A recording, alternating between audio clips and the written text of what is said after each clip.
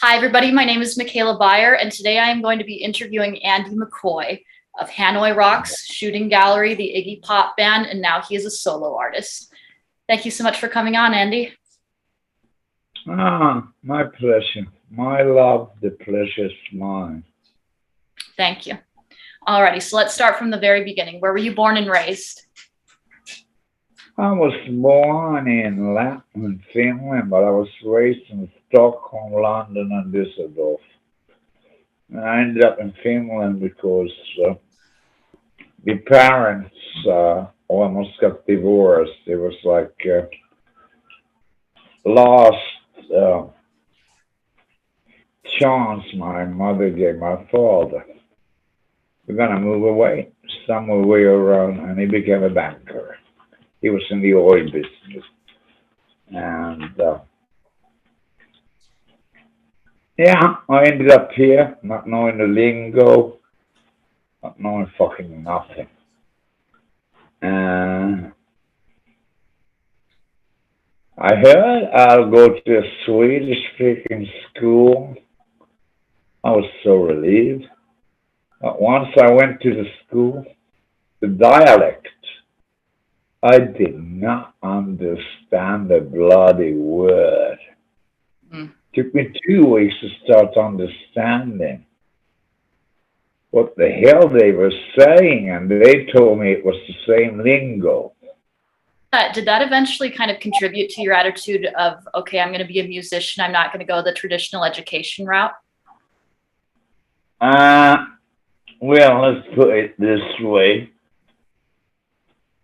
I learned more of the National Geographic Channel than I ever learned in school.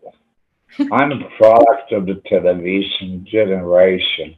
I grew up with Vietnam War every day on the news. Napalm, this, that, blah, blah, blah. And what you're looking at now is a product of that. Wow. It kind of warps your worldview a little bit, but perhaps, I hope not too much.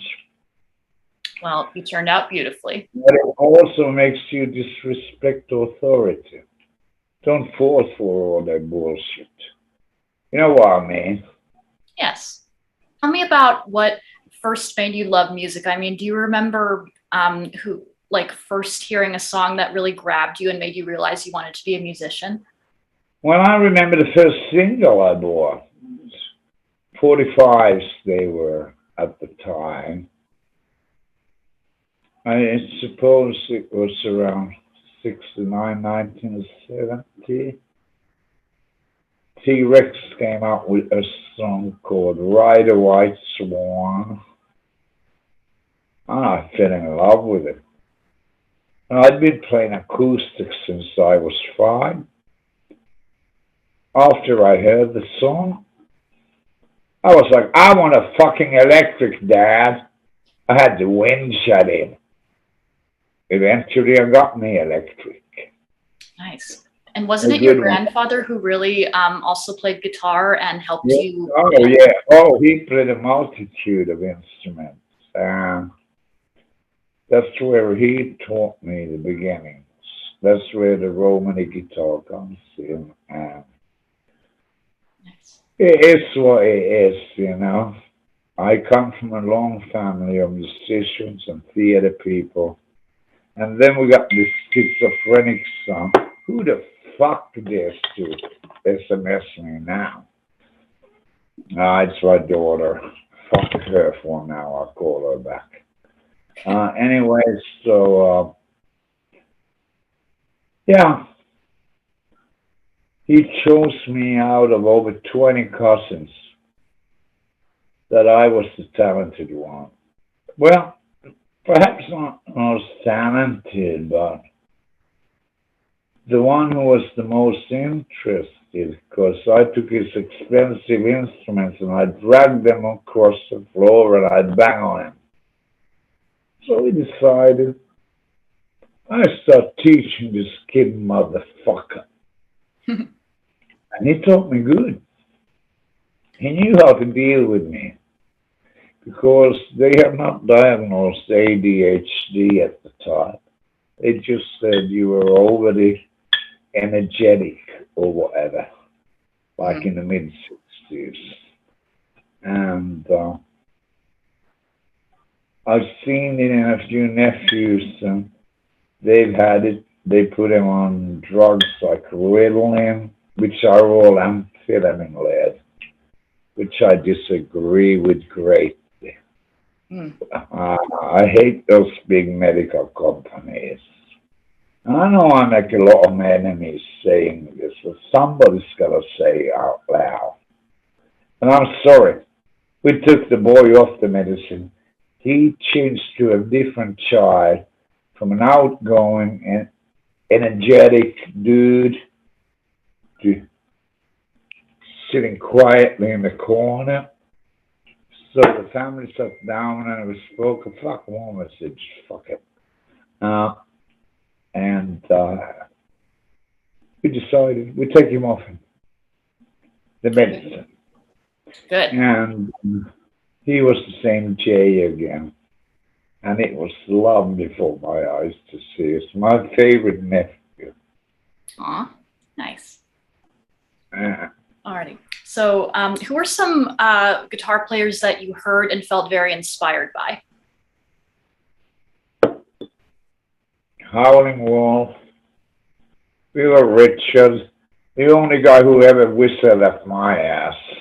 I was walking with my old lady. Someone's catcalling you again. She looked, no, they're not catcalling me, baby. They're catcalling you. I look, it's Little Richard. Well, la vida, amiga. So tell me a little bit about getting involved with Pelle Miljoona Oy and Briard. I mean, I think that you had left school by that time, right? Stockholm in my hometown. I got these two offers to play with a really famous guy or this upcoming band. So I called the contacts in a record company. I asked for advice. At least I had the sense to do that because I was only 16, 17. I was a kid. And then I'm in this band, we make this record, and it breaks all the sales ever in this country. The choice was right. He told me, basically, and if you join this band, it'll be mega big. You are what they need. And it happened. Good. Now, describe to me the first time, and this might take a little while, but I'd like to know all four. Do you remember the first time that you met Michael Monroe, Nasty Suicide? Oh, hell yeah. Okay. We were like 13. And what is it? It's like northeast Helsinki. It's a wide city. In a rehearsal space. And we got along immediately. Mm-hmm. And did you automatically? Hanoi Rocks, there might be a surprise coming, you know. Really? My face! Like that. There. You look wonderful. Don't worry. Oh, you're sweet. Oh, likewise. All right. So as you started to first play music with Michael and Nasty and Sammy, and at the time Gyp Casino, did you automatically feel a special chemistry between each other as musicians? It was a straight up plan I had in my own head. I executed it. And I think I did fairly well. Because we were not an image band. Like certain crap American shit like Poisons and this kind of crap. Mm-hmm. Oh, they basically tried to buy me a painting from me of Johnny, my cousin-in-law, who was murdered in New Orleans.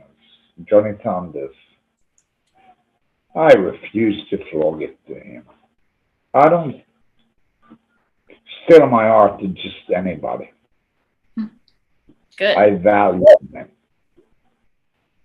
Do you get me? I do. I totally understand. Principle. You really remind me of Timo, actually. Timo Kaltio. Who? Timo Kaltio. He was my guitar tech for 15 years. I saw him like the day before yesterday if he died today. I realized something's really wrong with that. If someone's decided to live their life they want, who am I to decide? But, you know, Timo,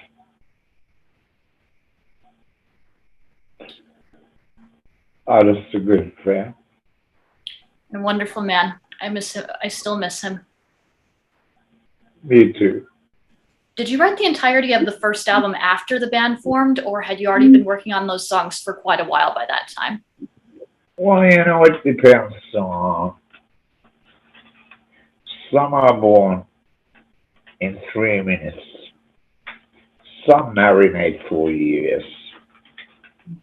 I got these chords. I got a verse, perhaps a chorus. And within a time frame, you can't really put a time frame on them because some come later, which are older than some new songs. A good example is Day 8 or Short. It was basically recorded 2 days after I wrote it. Okay. But then there's other songs that, the chorus was written 5 years ago. And the verses were done yesterday. Okay. So it is what it is. And not methodical work, but it is the way I work. And I don't give a fuck what anyone thinks about it. Good. I'm kind of curious about how you developed as a songwriter as you went through Briard and Pelle Miljoona and then into Hanoi Rocks. Like, were you always just a natural writer who... Well, there was other shit in between. Mega hits here in Europe. But I'm not going to go through the list. Okay. I did shit in between too, you know. I was never idle. Good. I don't really care about money or fame. I just have to play my rock and roll. Good. It's my first love, and I suppose it'll be my last love. You know. Oriental Beat was your last album with Gypped Casino. Did you feel a definite change was coming while you were recording that? Yeah, months ago. I was in Stockholm. He's like a brother. And are you and still... you heard the last of Hanoi Rocks, yeah. Because I can't tell you what's going to happen. Because there's things legally called secrecy clause and blah, blah, blah, legal lingo. Okay. You're making me kind of excited, so, and giving me a little bit of hope. I hope I don't raise your hopes too high. I don't know what the fuck will sound like today, you know? Okay. Because I try to stay... I love the streets, please. I hate polished music. Really? I actually hate it, unless it's Tchaikovsky or Mozart or flamenco, which I play as well. Okay. In the Jippo I am. And I'm on. Hmong means so many languages. Basically, I trade copper for gold, which is always a good deal. Throughout Hanoi's time, you remained the principal songwriter. Was that a purposeful thing, or was it just something that happened naturally? Like, were the others ever interested early on in potentially writing? You know, where's my beer? Get me beer. It's all right. I just go through life. I don't plan tomorrow. I never had a normal job, or what people would call a normal job. I robbed. I've done dodgy shit when I was young. I would have been a prime candidate for the cribs, you know, and it almost got there. I got the gang stripes in me on. Well, You gotta do it sideways so it gets a beautiful frosted top. So you pour a beer. a beer like Andy McCoy, everyone. Yeah, I'm Andy. Hello, hello, hello. Alrighty. So, tell me about the first time that you met Razzle. I believe it was a zigzag in London. Oh, yeah, I remember now. Me, Sammy, and Michael went out. Yeah. I'm ashamed to say, but I'll tell you the truth. We fixed up speed. Pure amphetamines. And Barbados comes. I said never seen 3 guys coming out of the bog being soaking wet with sweat. Okay. And this was before the gig, and the gig was a catastrophe. I hit my guitar pretty hard. So in the first song I broke like 3 strings. So I had to keep changing guitars. Do it die, do it die, do it die. And after the gig, Razzle walks up to him. You and bad boy? And fuck, hell yeah, I am. So what? I said, I'm gonna break your drummer's legs. I want his price. That's the first experience I remember. Okay. And how long was it before he actually joined the band? Not that long, because he was my Romani blood. So we had a blood bond. Tachirati, which means, that's Roman, that means pure blood. Mm-hmm. Which means he is basically like a cousin or a brother to me. Oh. And from what I've read before, he kind of revitalized the band a little bit. Like, I know that you guys had been having some problems. No, we were in a moral lowdown. We've been touring for 3 or 4 years non-stop, almost every night. And Jip at that point, I don't know what went down in his head mentally. But then, we were young guys. These producers starting telling us he can't live up to the plate. And now when I remix Oriental beat with Michael, I listen to the drums.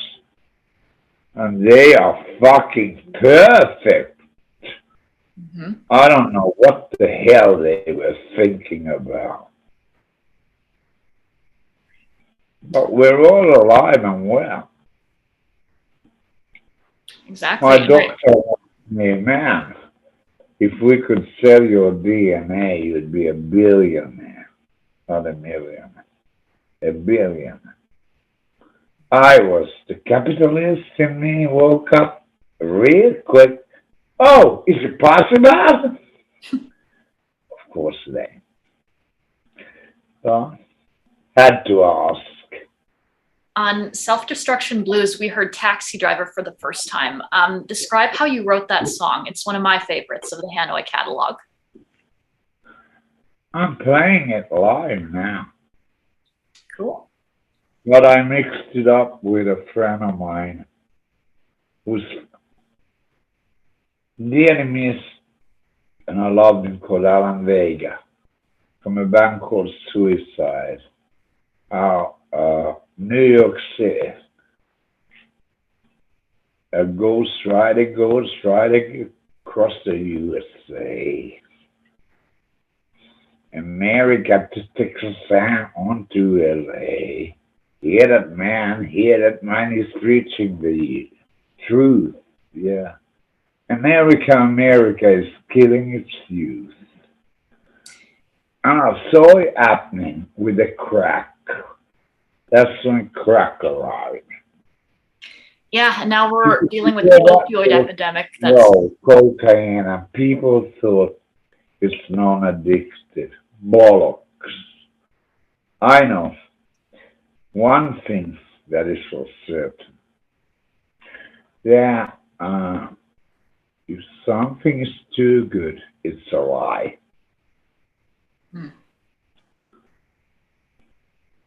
Keep that in mind.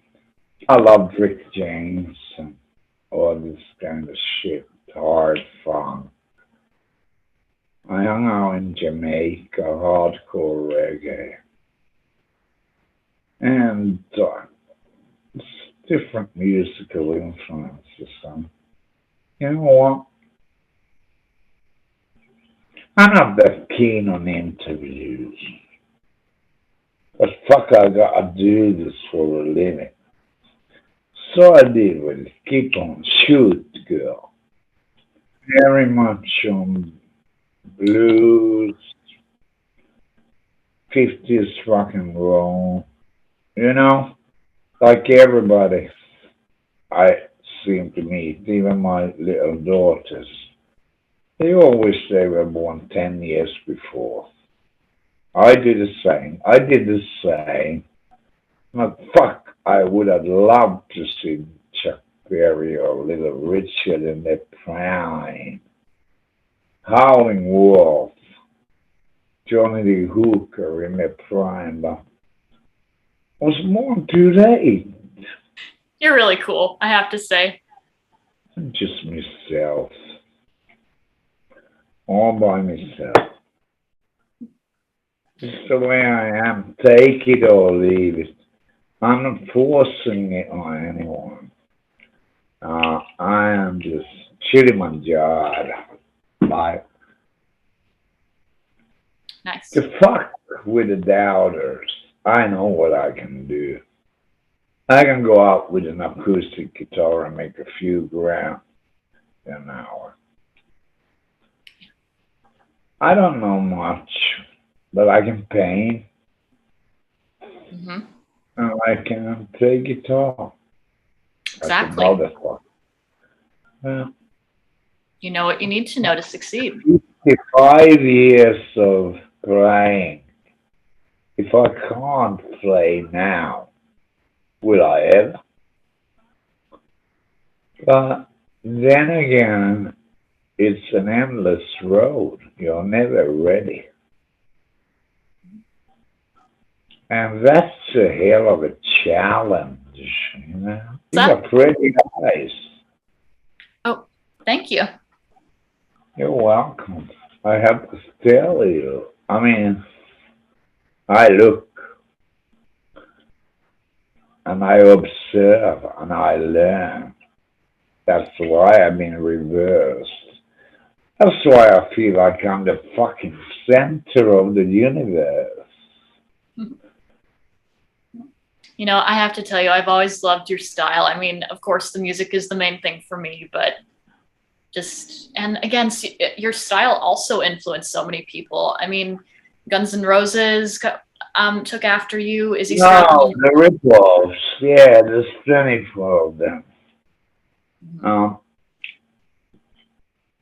You know, one thing Timo talked. I feel flattered.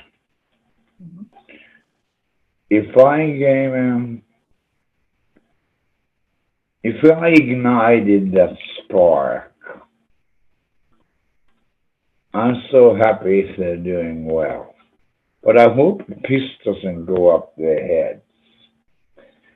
It's very hard, and you're 21, 22, and millions start pouring to handle your life. Most go astray. I did for 22 years. On this age shit, you know. Fuck that. Painful to quit. Really painful to quit, but got through it. Alrighty. I'm here, alive. Exactly, you've made it through. Hell yeah.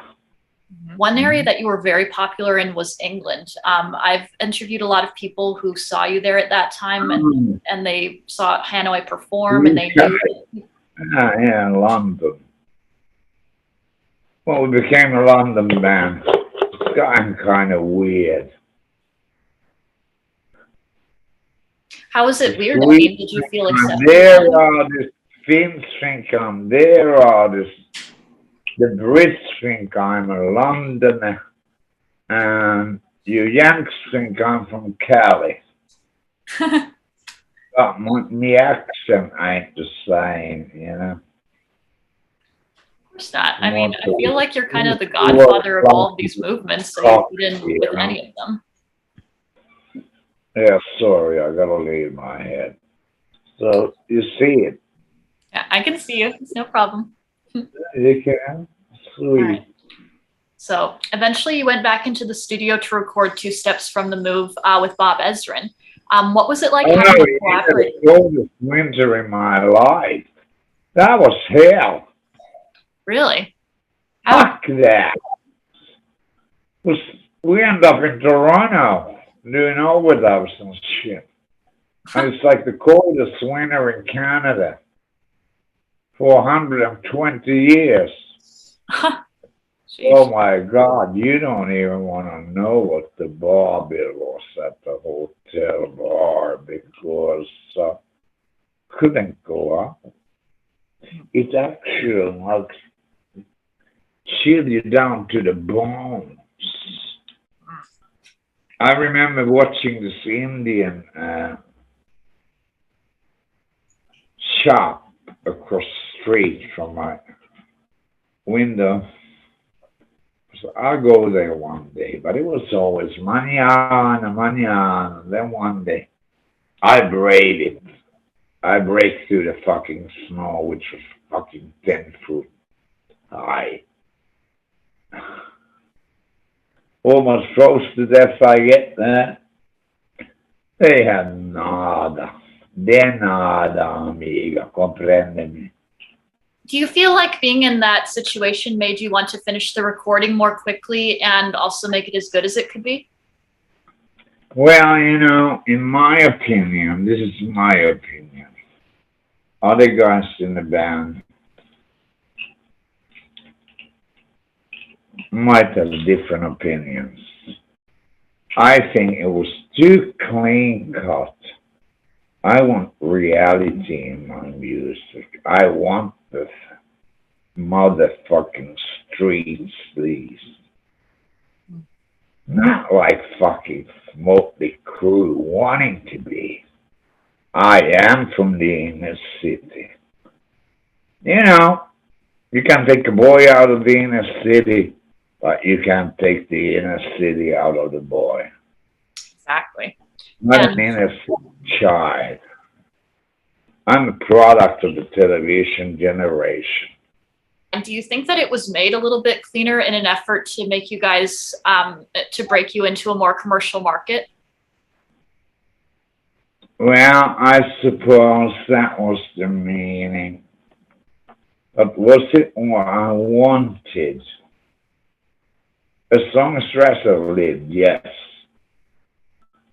Okay. The moment he died, I was clean. I had cleaned up my act. I ordered 2 ounces of snack. And I dwelled in my misery. It's like losing a family member. God, we live together.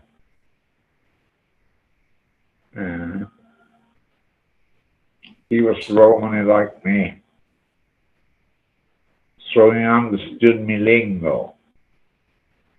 And it is what it is. Shit happens. Now I've gotten used to it. I don't even cry anymore. I hear people dying every other day. It's understandable. I mean, this was your friend, and well, ain't I the one who should be fucking dead? Died twice. Sent me back, the motherfuckers. Oh, you got too much to do. My grandfather. I didn't recognize it, but I knew the voice. You go back, and my heart starts working again. These are not things you write about, like a certain MS does.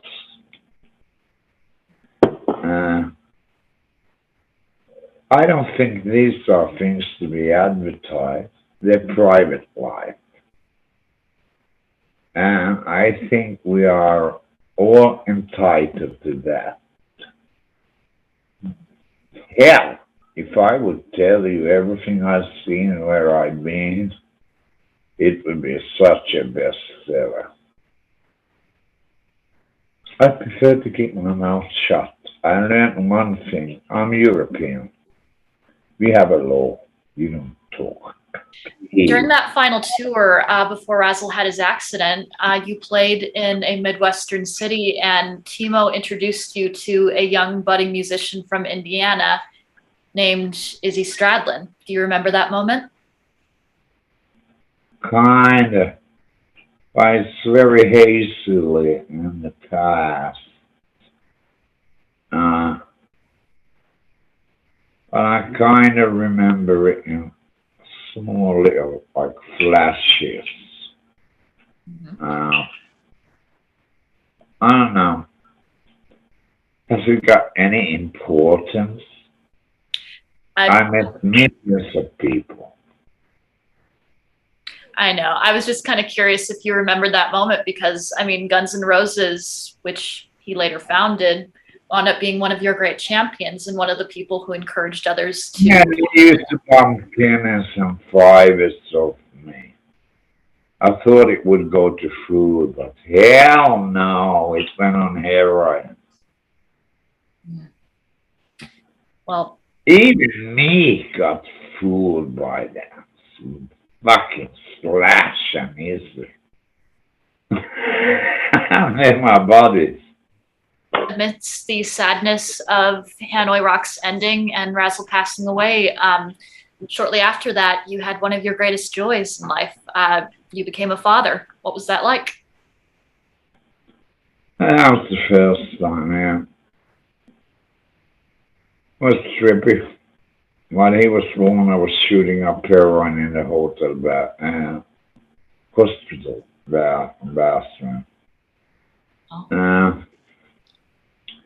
I was the perfect junkie there.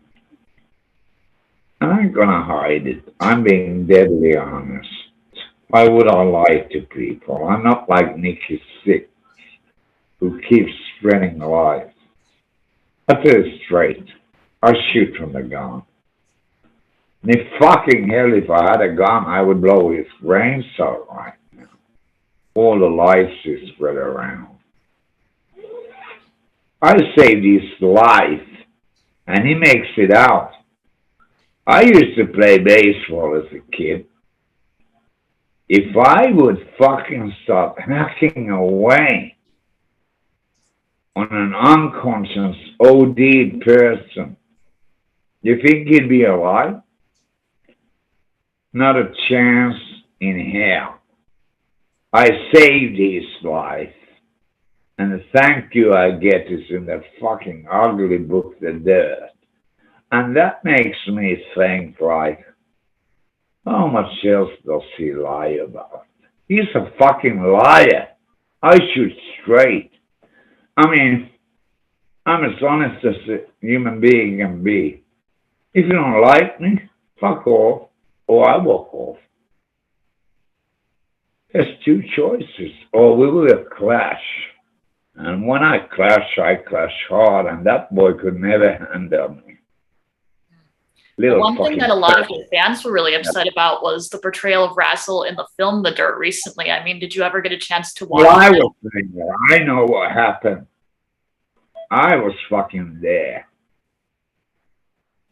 And all the lies, I saw them at the crew movie. Somebody twisted my arm and forced me. I didn't want to watch it. Because I knew it would be just a Hollywood crap. You know? Mm-hmm. Imagine with all those people. Bullshit! We were in a 2-room apartment with some yaffle passed out on the fucking couch. Me and T-Bone, Tommy Lee.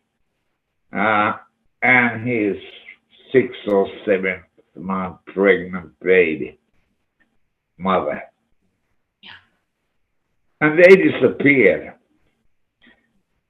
When I go around a corner about 45, 50 yards, and he had to show off his drive, which wasn't even cool. I suppose we have different tastes in cars. You know, what is cool and what ain't. That guy's a murderer.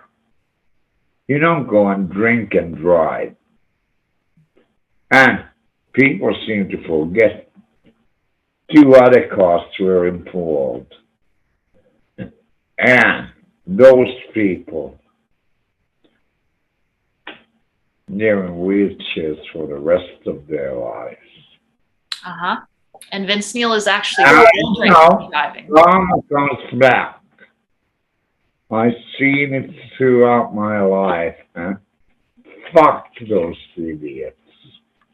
I mean, real fucking bimbo boys. Yep. I know. I believe in reality. Shoot it as it is. That's why I like Ted Nugent. He talks to me straight. Okay, that's your point of view. I appreciate it. Thank you. But these guys lie to the masses. And that kind of disgusts me. And now they're doing another goodbye tour. How many have they had? 56? Like, fuck you. Who do you think you're fooling anymore? I know. They're not after the art. I'm after the art. They are after the money. And to me, it's a sin. From my religious point of view, whatever is in here, you know? Mm-hmm. Oh, no. You gotta pay that back one day. You read me, girl? I do read you, and I completely understand how you feel about the whole situation. A fucked up situation. Yeah. And then Dogma Gale, whatever their manager's name was, that fucking opportunist, tried to make a band out of McCoy and Hanoi Rocks together. I said, no fucking way. I would ever play with these assholes because they can't play. In my school of guitar playing, where you use rasguendos and all this and golpes and shit, they're no good. There's only one good guy in the band, and that's Mick Mars. So shortly after your son was born, I believe that you went and formed Cherry Bombz. The band was born way before my wife got pregnant. And that lady died too soon. It's not nice to wake up next to a corpse. It's very dodgy. I gone through it. Unfortunately, my son had to see him, even though he was only 4. Had to see her being carried out in a body bag. What can you do? It's life. And it's funny, my 2 daughters, I have great relationships with. My son's a bit of a problem. But he did an interview, so I never looked at Dad as a rock and roll star. He's just Dad. That warmed me hard, but he never fucking calls. I need a while. Look around on the floor, there's plenty for about 50 of them. Yeah, didn't take long then. Legalize it, and I will advertise it.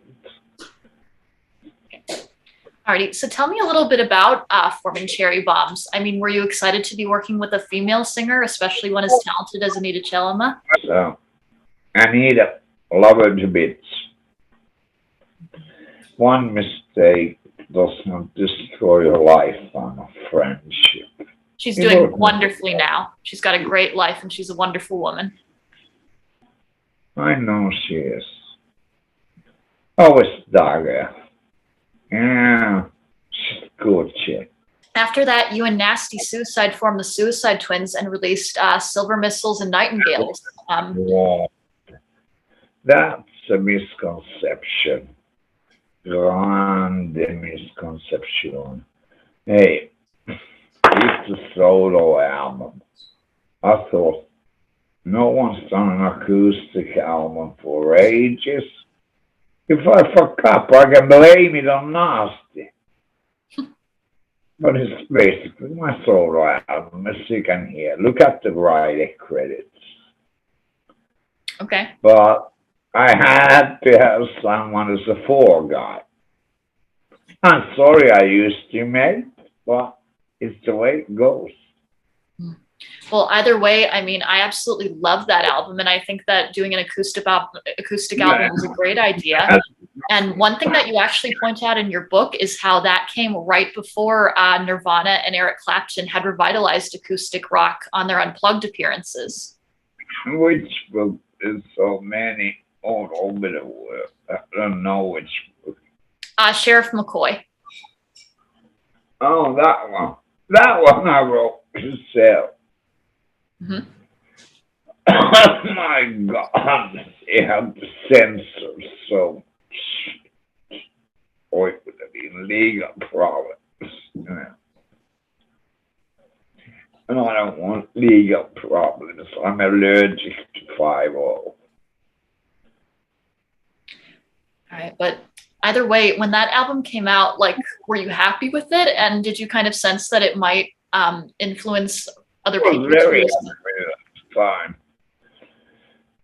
Hell, recorded in Covent Garden in London, one of the prettiest areas in the West One area.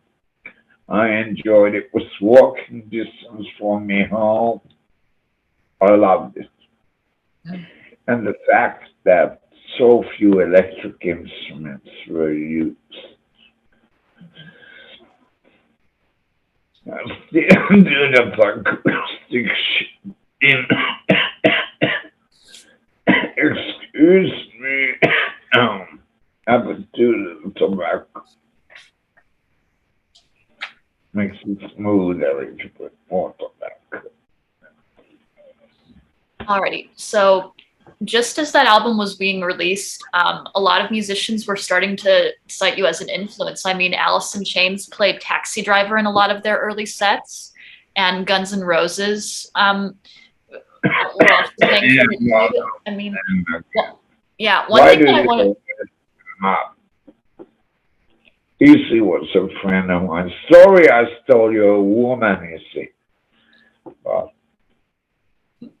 you don't control fate. You understand. Hey, it worked out pretty well. You guys were together for 30 years, so. 34. 34. 34. Okay. There you go. Are you 34? No, I'm actually 32.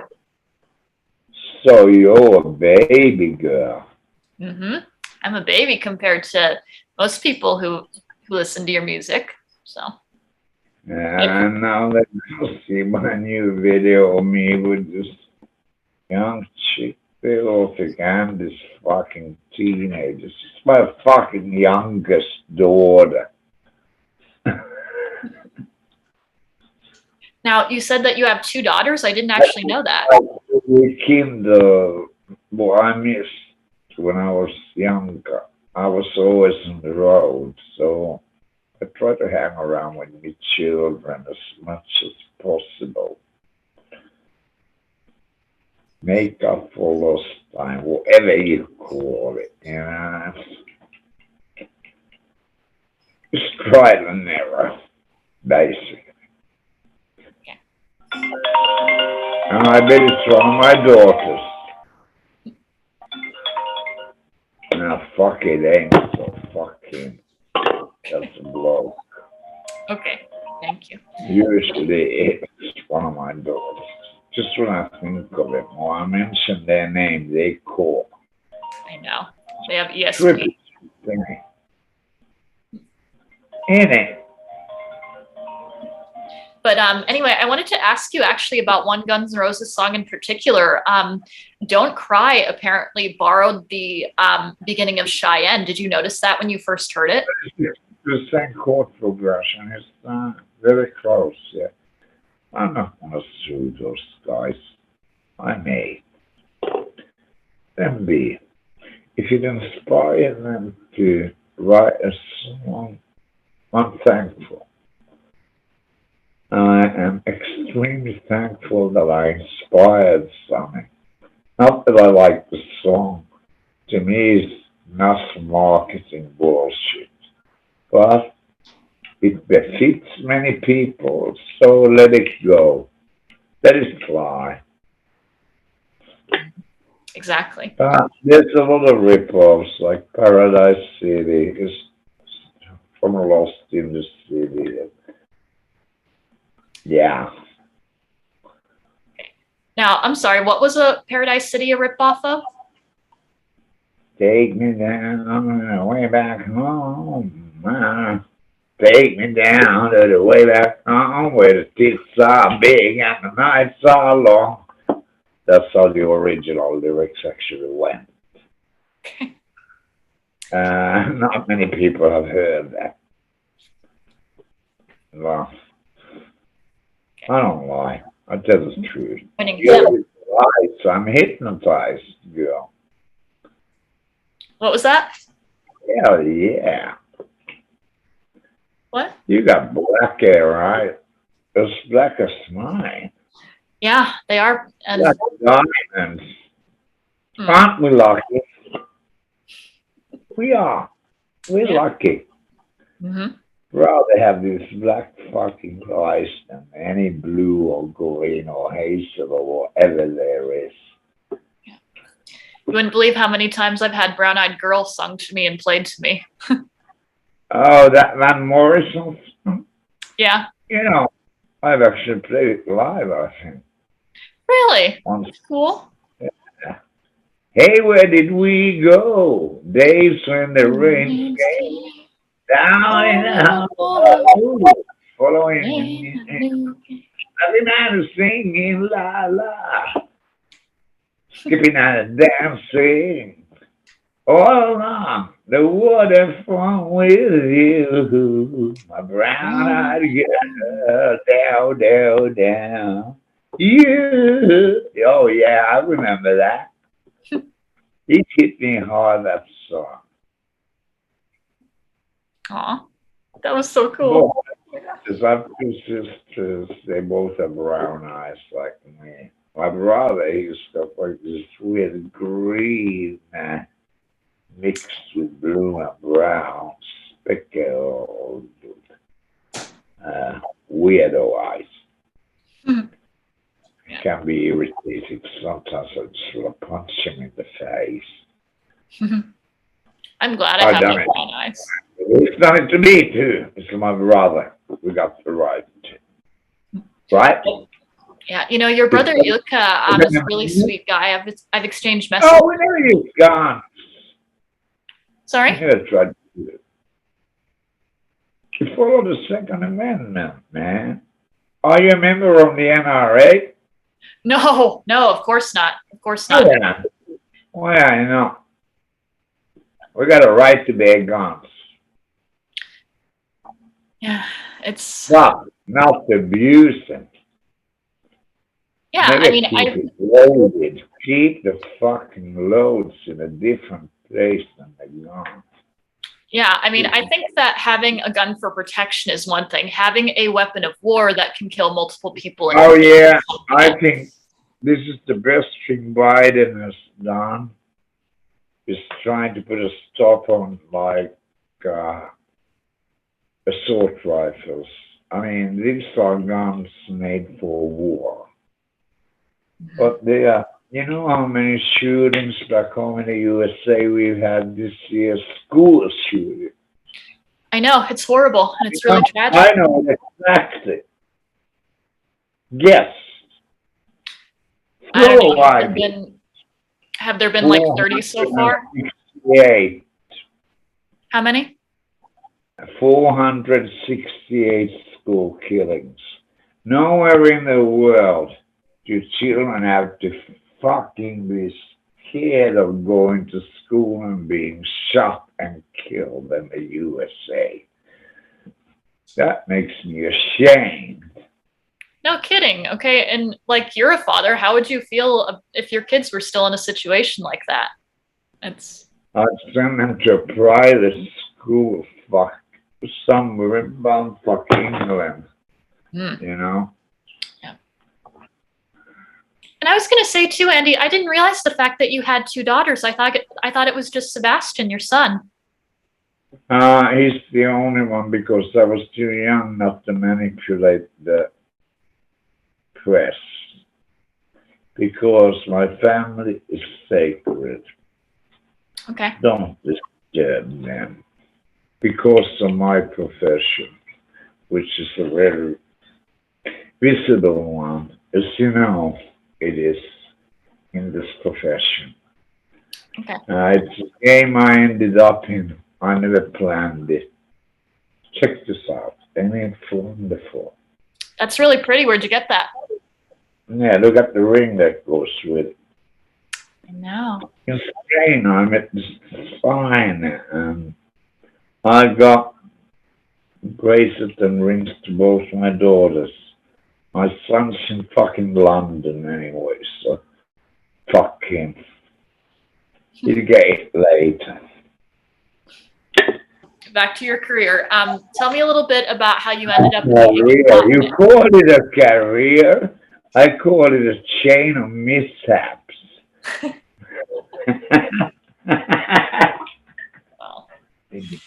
Well, okay, I gotta give you 10 minutes more, I've been told. So, okay. Now, start shooting because I have to be more professional, apparently. So, just be yourself. It's okay. I like you. You're a good girl. Likewise. Or a good boy. Thank you. I am. I really am. I'm all heart. I go by my vibes, by my feelings. That's the way I live my life. But I'm not a fucking liar like Nick is. I can't. I could never do that. For money's sake? Is the dollar that motherfucking cheap? If it is, I'm very, very disappointed. All right. All right. So You'll get me. You'll get me, yeah. Mm-hmm. Yeah. And Andy, too, I was going to say, if there's anything that we talk about that you kind of don't feel comfortable with me putting in the interview afterwards, then I'm happy to edit it out later on. Well, you know, send me manager a copy when it's edited. Okay. Please don't show those. Please don't show what? Sorry? Smoking. Well, why the fuck not? It's legal, man. Fuck, go for it. The crazier the better. The more attention it'll get. And controversy, you know, all the shit that comes along with the game. All right. Fair enough. I know this game, been in it all my life. I appreciate the advice. Mm-hmm. Basically, I would give you, you're a young chick in my eyes. You could be one of my daughters. Okay. Never give in. Live by your principles. If they're honest, you're right. But if you bullshit, expect a kickback. Okay. That'll take you further down than where you started. Always be truly honest, and you will go far good. Okay. I'm talking like a father to one of my daughters. What the hell's happening here? Jesus Christ, I don't mind. It's okay. Trying to give you advice. It's very good advice. Alrighty, so let's get back to your playing. How did you end up? Well, can I ask you, what is this for? Is this TV? Is this radio? Is this podcast? What the fuck? Like, I'm clueless. This is actually for my YouTube channel. Listen, I never know when they end up. What is it? It's a YouTube channel. I run a YouTube channel where I interview musicians. One of them was actually Timo Kaltio, and I've also interviewed Anita Chelema. Yeah. I threw my computer out the window. Why? I don't need that kind of stress. I don't need everybody's opinion. They're like assholes. Everybody's got one. Fuck's sake. Drove me insane.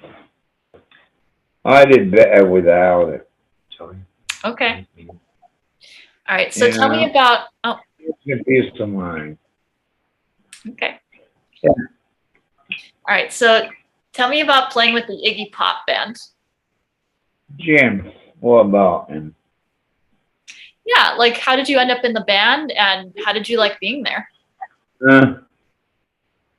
I was at the Roosevelt's Hotel, barefoot, as usual, which Jim never could understand. The singing Jim, I call him Jim.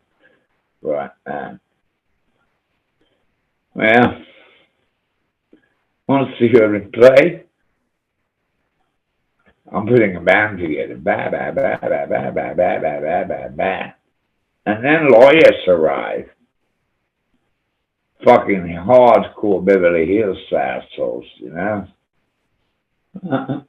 It seems like we're talking business. I got paid really motherfucking well.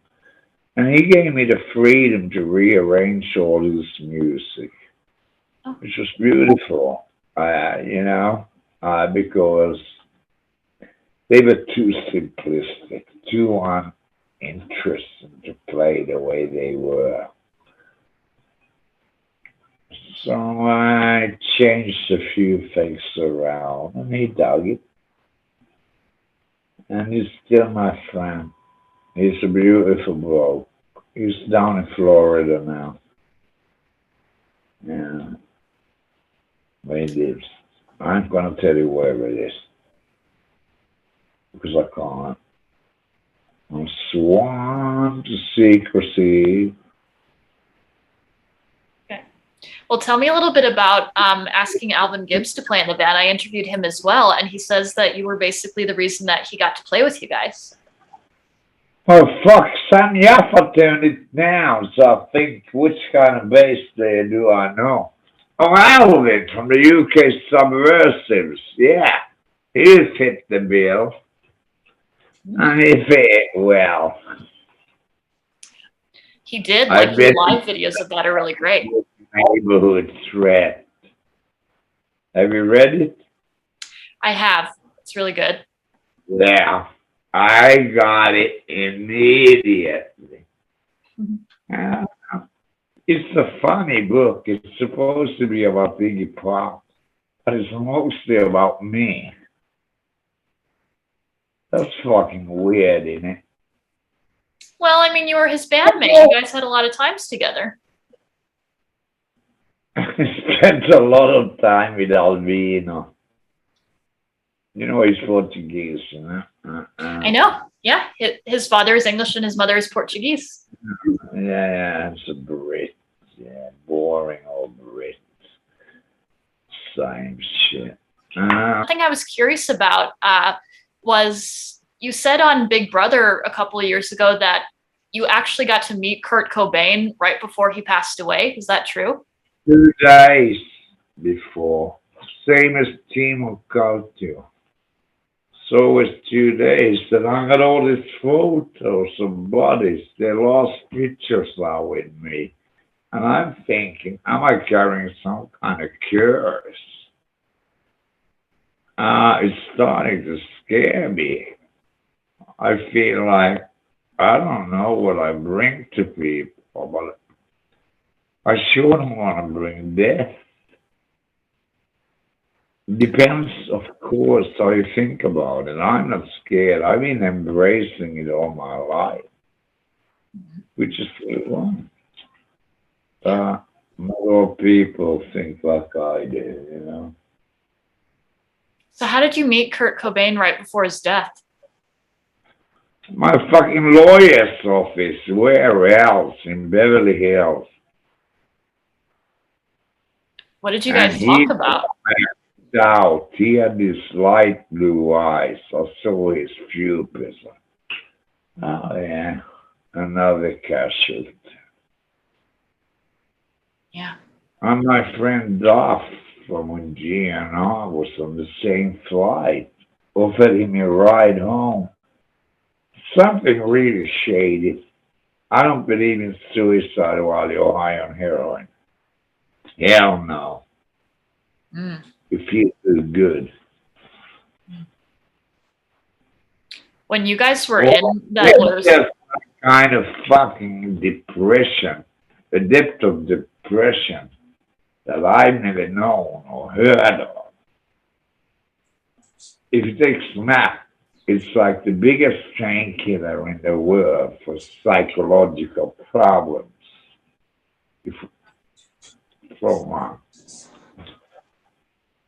It's usually for oversensitive people.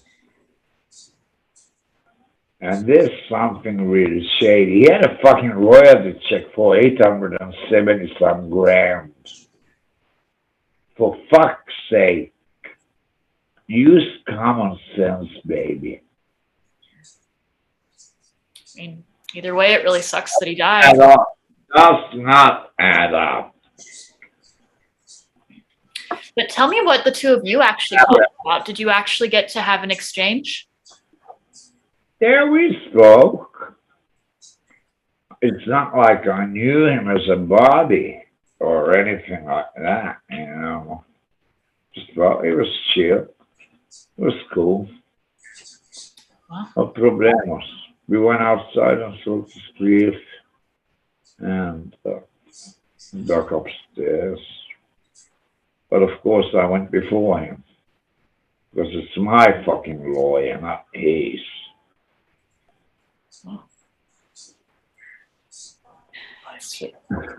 Even if I'm it was more elusive. He never met Salvador Dali. I did. okay. I mean, even if it was a very brief encounter, you're lucky to have gotten to meet him, you know? Yeah, but I met the bitch several times. I'm not going to give any names now because I don't want to get sued. But you know who the bitch is. Try to get backstage with champagne bottles in New York. I told her to fuck off. Shady fuck. Look at her image change. I ain't changed the way I look since I was born. I see this boat race every day in the mirror. And I don't like negative vibes. Extremely negative. And you know who I'm talking about. But I cannot give the name. Okay, fair enough. So in public domain, you know, I would be sued harshly for defamation or some other crap legal term. 5 minutes. Be fucking sitting with lawyers all day anyways. Last thing I need is go back to court again. Hello, here I am again. Becoming a regular customer. A day after tomorrow, the first video and the first single of the album is not what I chose. It's what the record company chose, but I got the freedom to choose the second one, which I think is way better. And all this came about with Jukebox Junkie. But I was one when I was a kid. There was jukeboxes all around. Came from a friend who passed away. I don't care to mention his name. He's famous enough around the world. He said, Andy, if you ever got downtime, do a cover album. And I got fed up during the COVID era. So I went in and did a cover album. I had a list of some 60 songs. I don't know how many we recorded. Maybe around 18, 19, something like that. But the album is a product of this. And day after tomorrow, from the US, it'll come out. And the album will be out. Jukebox Junkie will be out the 5th. This is the 5th. Well, it's written for me. Look how sweet they are. 5th of August. 5th of August. Okay. And in my opinion, it's the most colorful record I've done. And it's been a joy to play songs I think should have been super hits that no one hardly knows about. I mean, I'm a sucker for music. I love art. Okay. As long as I got a roof over my head, you know, I'm all right. After that, you're actually going to be performing at the Whiskey A Go-Go again. Are you excited? That's Sweatbox. Should I be excited? I'm asking you. Well, yes, I think you should be. I mean, so many people are. My family owns a part of it, so and the money goes straight home. Very familiar thing, yeah. Well, it'll be weird being back home. Been a long time. I mean, I realized I hadn't left the United States for some 8 years. I come home. I'm European. and I love being European. And now they told me I have to cut this off because I got another one somewhere else of these. But with you, I feel I got a connection. You're a sweet girl. And God bless you. I wish you all the best. Likewise. Okay. I'm really looking forward to seeing you at the whiskey. It'll be a sweaty evening, probably full of nephews and nieces I ain't even met, you know. I got a big family, grande familia. Good. I Alrighty. am an Oriental, so what the fuck can I do about it? Alrighty. Nada, minha amiga, de nada. God bless. Thanks, Andy. I really appreciate it.